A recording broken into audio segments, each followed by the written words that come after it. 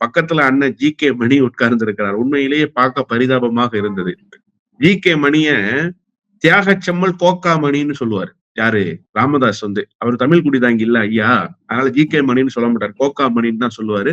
போஸ்டர்களிலும் தியாகச்செம்மல் coca மணின்னு தான் அடிப்பாங்க. அப்படிப்பட்ட தியாகச்செம்மலுக்கு ஒரு ஓய்வு விழா நடத்தி அவரை வழி அனுப்பி வைத்து விட்டு தலைவர் பொறுப்பை கொடுக்கிற போது அன்புமணி ராமதாஸ் என்ன ஜி.கே. மணியை விட தகுதி வாய்ந்தவரா, அனுபவம் வாய்ந்தவரா, களத்தில் முந்தி நின்றவரா? இல்ல.